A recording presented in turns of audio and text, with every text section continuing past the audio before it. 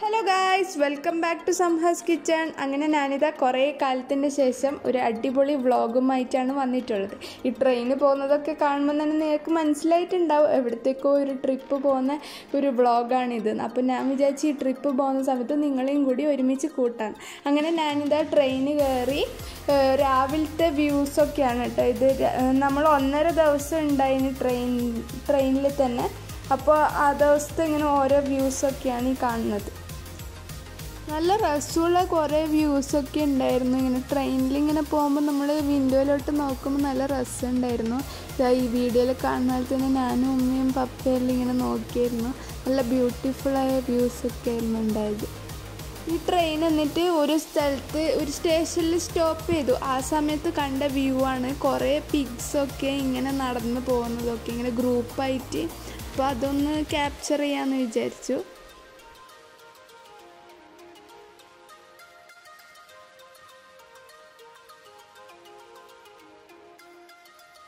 കുറേ ഉണ്ടായിരുന്നു. കുറേ പിഗ്സ് ഇങ്ങനെ നടന്നു പോകുന്നുണ്ടായിരുന്നു. എല്ലാം ബ്ലാക്ക് കളറിലായിരുന്നു. നമ്മൾ സാധാരണ വീഡിയോസിലെല്ലാം ഇങ്ങനെ കാണുമ്പോൾ പിങ്ക് കളറല്ലേ കാണാറുള്ളത്. ഇത് ബ്ലാക്ക് കളറായിരുന്നു. അങ്ങനെ 1.5 ദിവസത്തിൻ്റെ ശേഷം ഇതാ നമ്മളെ സ്ഥലത്തേക്ക് എത്തിയിട്ടുണ്ട്. അങ്ങനെ ഇതാ എല്ലാവരും ട്രെയിനിൽ നിന്ന് ഇറങ്ങുകയാണ്.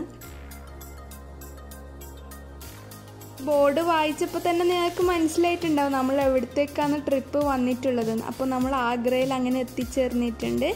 നമ്മൾ ആഗ്ര ക്യാൻറ്റ് എന്ന് പറഞ്ഞ റെയിൽവേ സ്റ്റേഷനിലാണ് ഇറങ്ങിയിട്ടുള്ളത്. ഭയങ്കര വലിയ റെയിൽവേ സ്റ്റേഷനായിരുന്നു കേട്ടോ. കണ്ടിന്യൂസ് ആയിട്ട് ട്രെയിന് പോകും വരെ ഒക്കെ ചെയ്യുന്നുണ്ടായിരുന്നു. അത്രയ്ക്ക് ബിസിയായ ഒരു റെയിൽവേ സ്റ്റേഷനാണ്. അപ്പോൾ നമ്മൾ റെയിൽവേ സ്റ്റേഷനിൽ നിന്ന് ഇറങ്ങിയതിൻ്റെ ശേഷം നമ്മളിതാ ഹോട്ടലിലേക്ക് പോകുകയാണ്.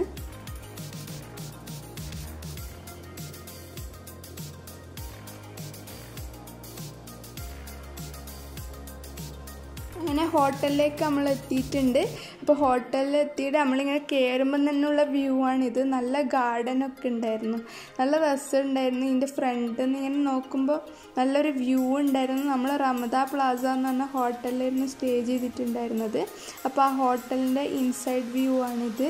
നല്ല രസമുണ്ടായിരുന്നു. എല്ലായിടത്തും താജ്മഹലിൻ്റെയും അവിടുത്തെ മോണുമെൻറ്റ്സിൻ്റെ എല്ലാം ഇങ്ങനെ പിക്ചേഴ്സൊക്കെ ഉണ്ടായിരുന്നു. ലിഫ്റ്റിലായാലും ഏത് ഫ്ലോറിൽ പോകുമ്പോൾ ആയാലും എല്ലായിടത്തും ഇങ്ങനത്തെ ഓരോ പിക്ചേഴ്സ് ഉണ്ടായിരുന്നു.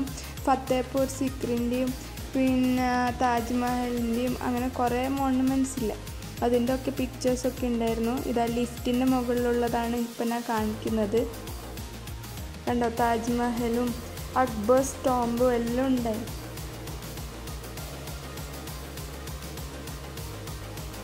നമ്മൾ സ്റ്റേ ചെയ്യുന്ന റൂമിലേക്ക് ഇനി കയറാൻ പോകുകയാണ്. പപ്പിത കാർഡൊക്കെ വെച്ച് ഓപ്പൺ ചെയ്യുന്നുണ്ട്.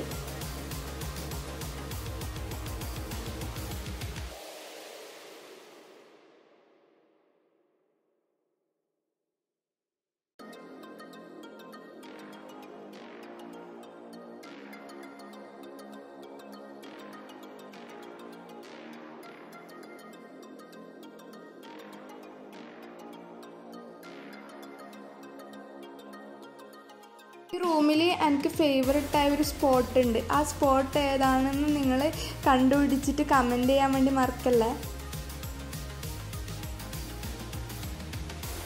നിങ്ങളോട് നേരത്തെ പറഞ്ഞിട്ടുണ്ടായിരുന്നില്ലേ എവിടെ പോകുമ്പോൾ താജ്മഹലിൻ്റെയും എല്ലാ മോണുമെൻറ്റ്സിൻ്റെ എല്ലാം പിക്ചേഴ്സ് ഉണ്ടെന്ന്. ഇപ്പോൾ ഈ ബെഡിൻ്റെ മുകളിലത്തെ ഫ്രെയിം വരെ അതായിരുന്നു.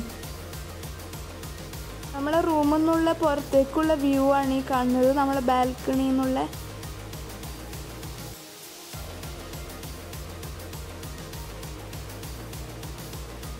ഇതാ നമുക്ക് ഡയറക്റ്റായിട്ട് പൂളും കാണാൻ വേണ്ടി പറ്റുന്നുണ്ട് ഈ റൂമിൽ നിന്ന്. നമ്മളങ്ങനെ ഹോട്ടലിലെത്തിയ അന്ന് വിചാരിച്ചു നമ്മൾ ഫ്രഷ് ആയതിൻ്റെ ശേഷം ഒന്ന് ഹോട്ടലെല്ലാം അന്നത്തെ ദിവസം എക്സ്പ്ലോർ ചെയ്യാമെന്ന്. അപ്പോൾ അങ്ങനെ വിചാരിച്ച് നമ്മൾ താഴെ പോയി. നമ്മൾ നേരത്തെ കണ്ട സ്വിമ്മിംഗ് പൂളില്ല, അവിടെ പപ്പ വിചാരിച്ച് ഒന്ന് സ്വിം ചെയ്തിട്ട് വരാം. അങ്ങനെ നമ്മൾ പോയതാണ്.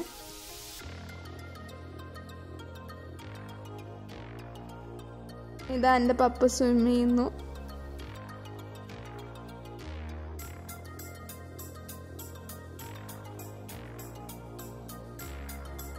അങ്ങനെ എൻ്റെ പപ്പ സ്വിമ്മൊക്കെ ചെയ്ത് കഴിഞ്ഞു. അങ്ങനെ അന്നത്തെ ദിവസം നമ്മൾ റാപ്പ് ചെയ്തു. പിന്നെ അത് ഇപ്പോൾ നെക്സ്റ്റ് ഡേ ആയിട്ടുണ്ട്. നമ്മൾ നെക്സ്റ്റ് ഡേ ഇതാ ഓട്ടോയിൽ നമ്മൾ താജ്മഹലിനെ കാണാൻ വേണ്ടി പോകുകയാണ്. ഭയങ്കര അവൈറ്റിംഗ് മൊമെൻ്റ് ആയിരുന്നു. നമ്മൾ 7 വണ്ടേഴ്സ് ഓഫ് ദ വേൾഡിൽ ഒന്ന് നമ്മൾ കംപ്ലീറ്റ് ചെയ്യാൻ വേണ്ടി പോകുകയാണ്. അതിൻ്റെ ആകാംക്ഷയിലാണ് എല്ലാവരും ഉള്ളത് ഓട്ടോയിലിരിക്കുമ്പോൾ തന്നെ.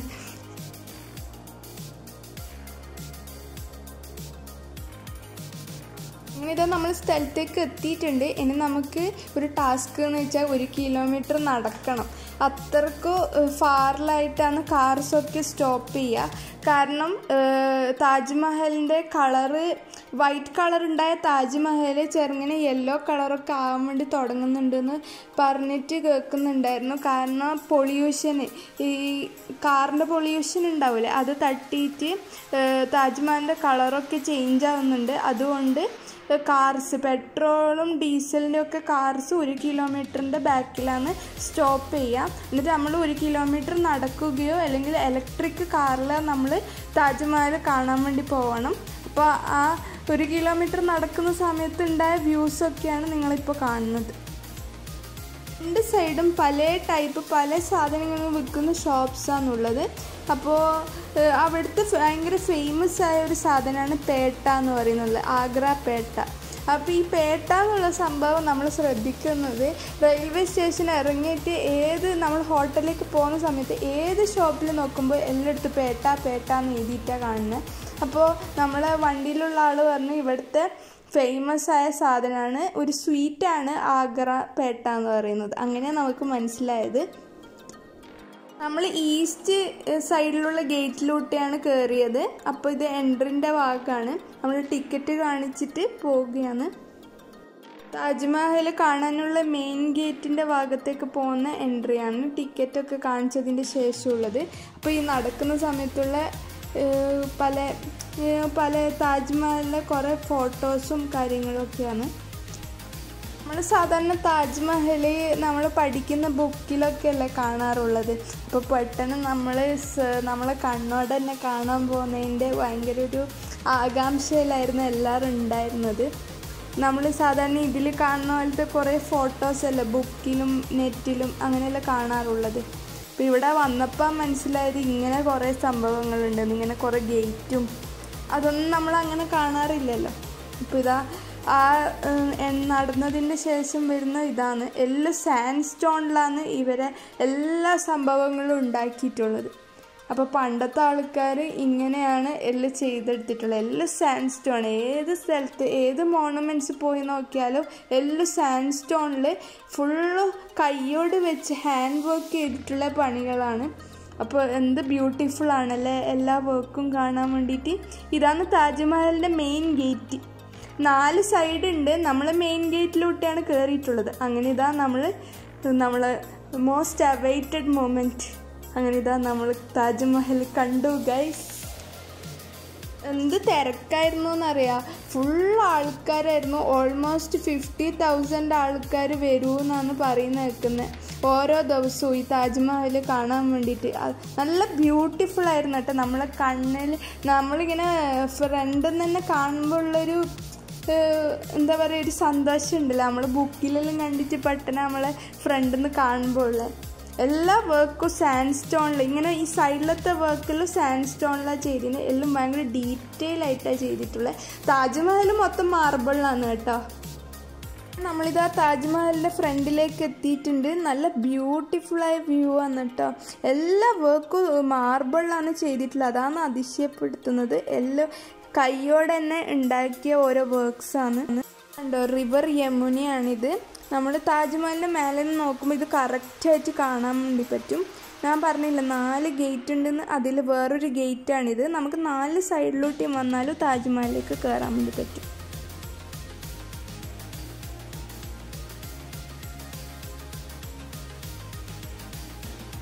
ഇത് താജ്മഹലിൻ്റെ ഫ്രണ്ടിൽ നിന്നുള്ള വ്യൂ ആണ്. നല്ല രസമുണ്ടായിരുന്നു. ഇങ്ങനെ ഗാർഡൻസൊക്കെ ഉള്ളത് കൊണ്ട് തന്നെ.